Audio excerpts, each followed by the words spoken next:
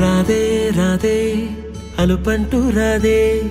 ఆడేస్తున్నా ప్రతి పూటే వాడు వీడు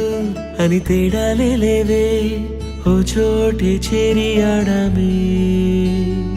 అమ్మా నాన్నల్ని ఎంతో విసిగించి మాటే వినదంట వయసే ఇప్పుడే గుర్తొస్తే అన్నీ వదిలేసి మా గుండె తిరిగేదా చోటే అరెరే